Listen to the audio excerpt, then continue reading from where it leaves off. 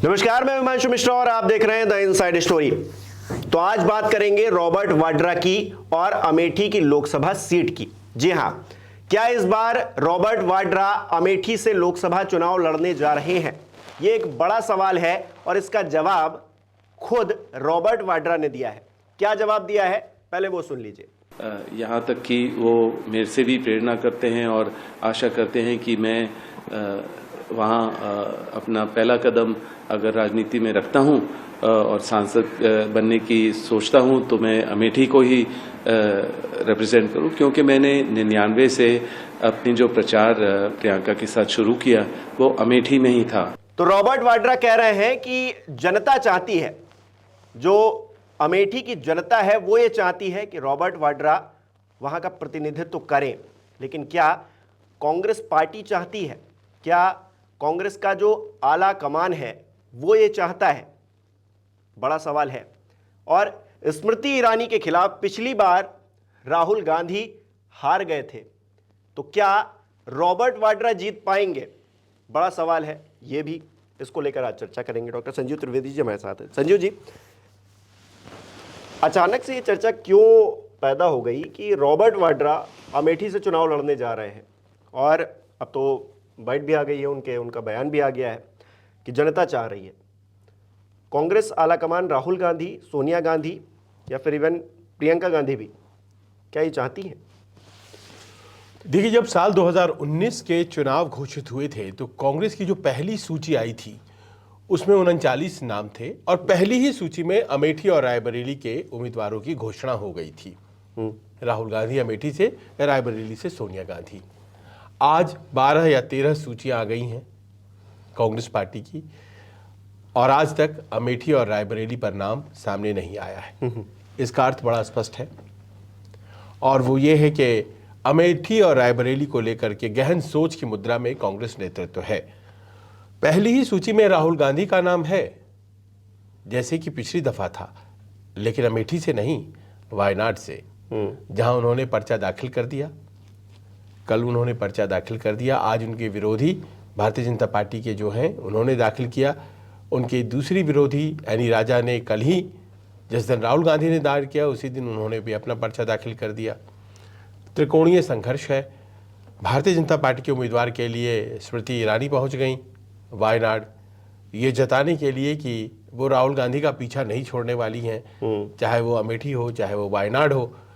Political positioning खूब ज़बरदस्त चल रही है। इन दोनों सीटों के जरिए भारतीय जनता पार्टी ये साबित करने पर अड़ी है कि कांग्रेस की ताकत दरअसल अगर उत्तर प्रदेश की इन 2 सीटों पर ख़त्म हो गई है तो पूरे देश में ख़त्म हो गई है। और उसकी वजह यह है कि कांग्रेस को कमज़ोर दिखाने से उसे सीधे 200 सीटों पर लाभ होता है, जिस पर वो कांग्रेस से सीधा लड़ती है। और 2014 और 2019 का ट्रैक रिकॉर्ड कहता है कि 200 में करीब करीब वो सारी सीटें जीत जाती है, 180, 182 इस तरह से।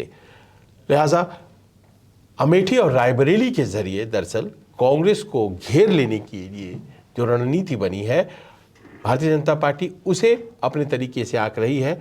और जवाब के तौर पर रॉबर्ट वाड्रा का ये जो बयान आया है, ये कांग्रेस को बहुत ज्यादा मदद करेगा ऐसा लगता नहीं। तो फिर ये बयान उनकी तरफ से दिया क्यों गया है? सिर्फ माहौल बनाने के लिए? देखिए, रॉबर्ट वाड्रा का हमने कई दफ़े इंटरव्यू किया है और उनकी दिली इच्छा हमेशा से रही है कि वो राजनीति में आए।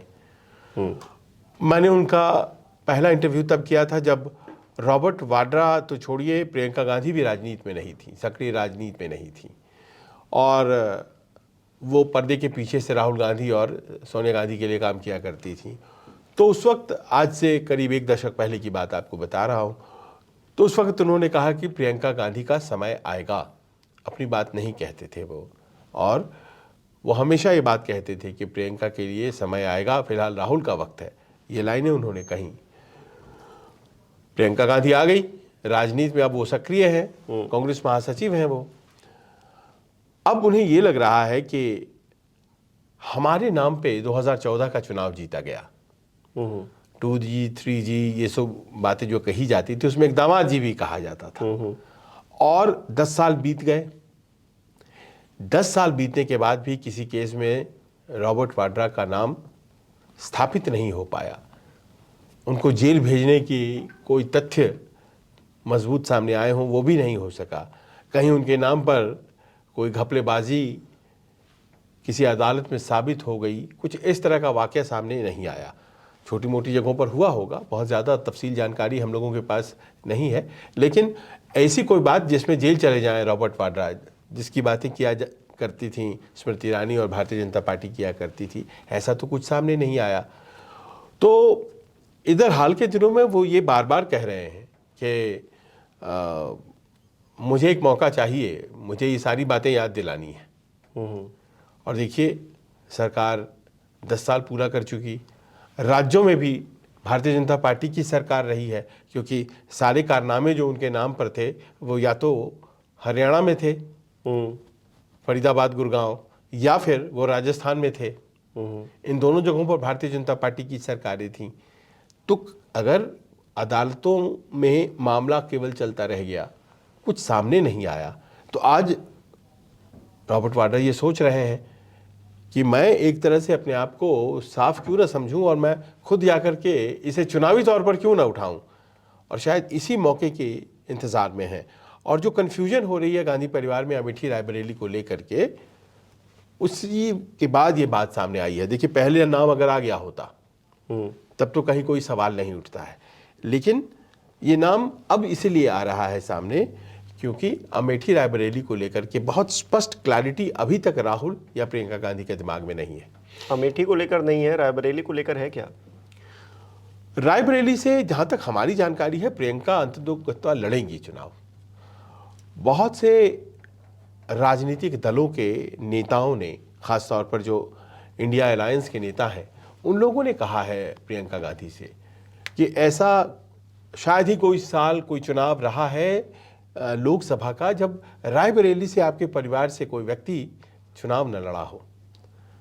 आप सन 52 से उठाकर देख लीजिए तो मैक्सिमम नंबर ऑफ टाइम्स जो हैं वो रायबरेली से चुनाव लड़ते हुए पाए गए हैं गांधी परिवार के लोग। तो ऐसी स्थिति में अब आप इसलिए छोड़ दें वो सीट, क्योंकि हार भी हो सकती है, तो ये गैर वाजिब है। चुनाव में हार जीत होती ही है, तो आप लड़िए चुनाव में।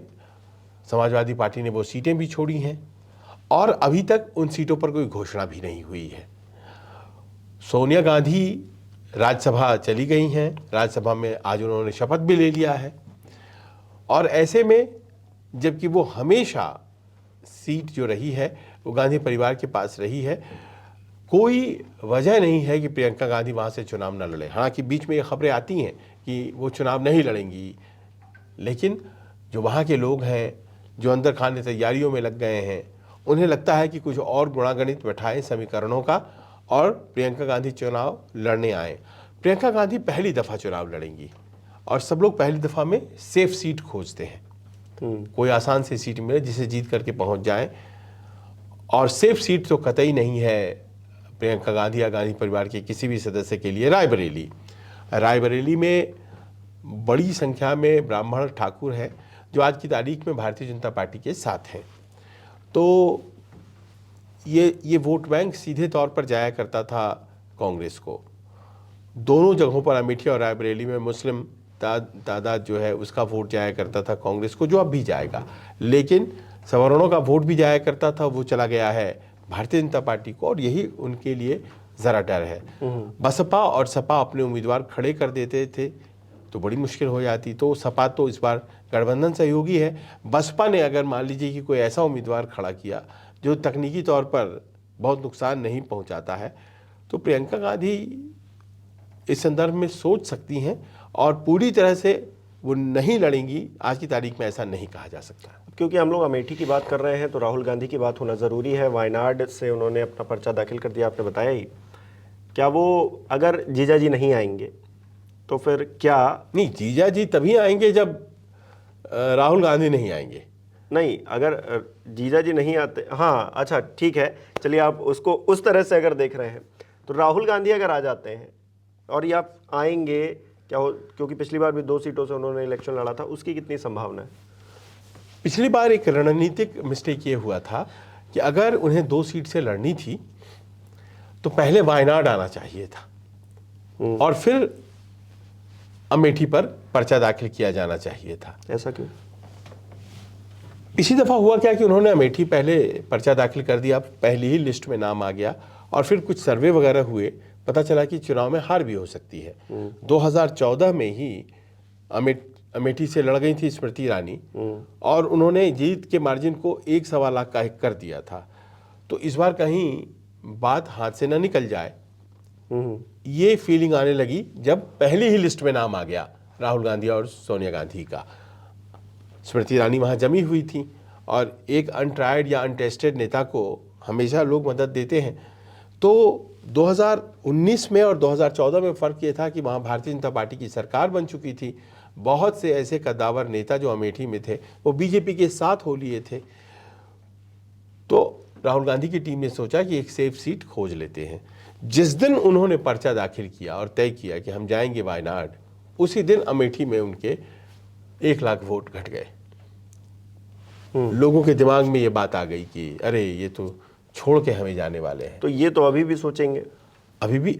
अब देखिए, उन्होंने वायनाड पहले किया है और वहां पर्चा भी दाखिल हो गया है। अब हम लोग इस बात पे बात कर रहे हैं कि क्या वो अमेठी आएंगे या नहीं आएंगे। तो ये अमेठी आएंगे अगर, तो अमेठी की अहमियत बढ़ाएंगे।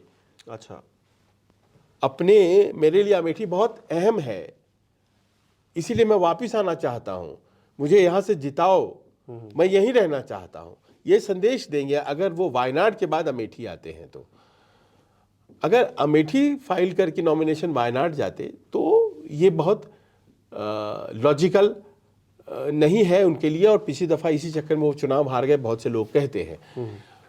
तो 55,000 का फासला रहा था पिछली दफा हार जो हुई थी। ये बहुत बड़ी हार भी है, लेकिन इतनी बड़ी हार भी नहीं है, और अचानक से इतना जो मार्जिन होता है लोकसभा चुनाव में वो पलट जाता है, क्योंकि 18 लाख के आसपास होते हैं वोट्स, जिसके कि आपको प्रतिनिधित्व करने का अवसर मिलता है। तो उसमें 50-55 हज़ार बहुत वोट्स नहीं होते हैं। और इस बात से कि वो वायनाड चले गए थे यहाँ नॉमिनेशन पर्चा भरने के बाद, तो उनके बहुत से वोट, जैसा कि मैंने बताया, लोग कहते हैं 1.25 लाख वोट कट गया। मैं उसके बाद अमेठी गया था, तो यही लोगों ने बताया कि अगर वो यहाँ रह जाते तो वो चुनाव नहीं हारते, हाँ मार्जिन घट जाती। अब जो भी रणनीति उस वक्त की गलती हुई या सही रहा, इस बार पहले वायनाड है, उसके बाद अमेठी। तो मान लीजिए कि अभी 5वें चरण में है ना, 20 मई को है, तो अब ये समय लिया जा रहा है। और बहुत लोग, जैसा कि हमने बताया, रायबरेली और अमेठी के लिए राहुल गांधी को, सोनिया गांधी को कन्विंस कर रहे हैं, कांग्रेस के और कांग्रेस के बाहर के भी लोग, कि आप लड़िए ज़रूर, किसी भी हालत में लड़िए। और ऐसे में जबकि इतना दबाव है, तो जाहिर है कि नाम नहीं आ रहे हैं अमेठी रायबरेली के।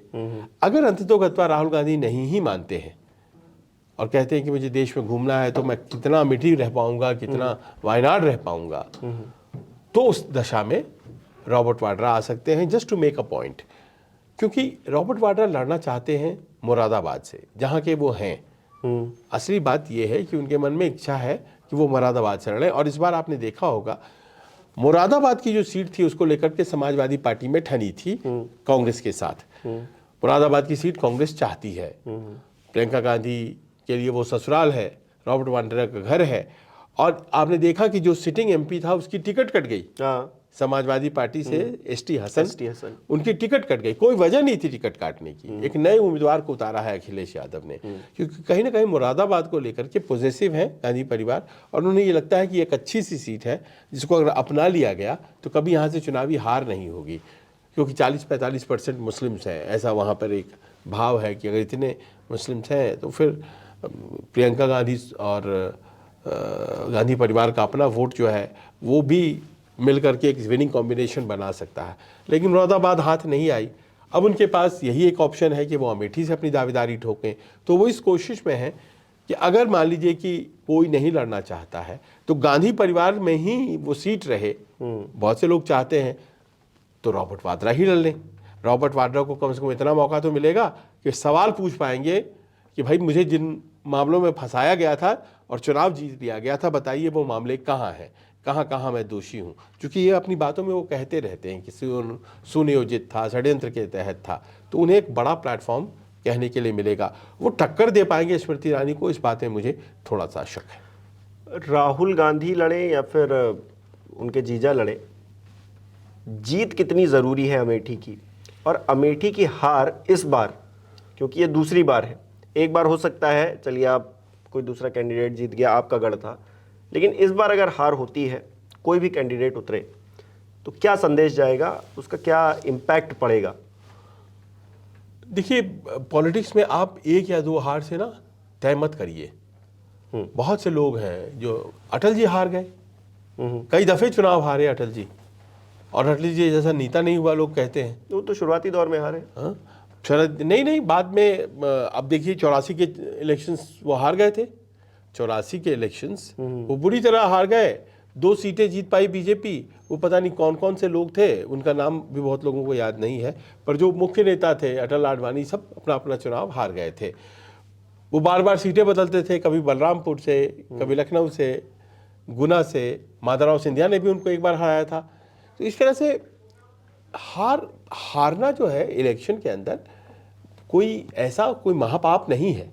जो लड़ेगा वही हारेगा। बिल्कुल। और आप जब कहते हैं कि 55,000 से हारे राहुल गांधी, तो उनको भी तो वोट्स आए ना, उनको भी वोट्स आए ना। 55,000 सबको 4-5 लाख वोट लाना पड़ता है, 3-4 लाख वोट लाना पड़ता है, तो 55,000 का ही तो फासला था ना। 3 लाख से ज़्यादा लोगों ने आप में विश्वास व्यक्त किया है ना, तो आप उस विश्वास के लिए वापस आएंगे कि नहीं आएंगे।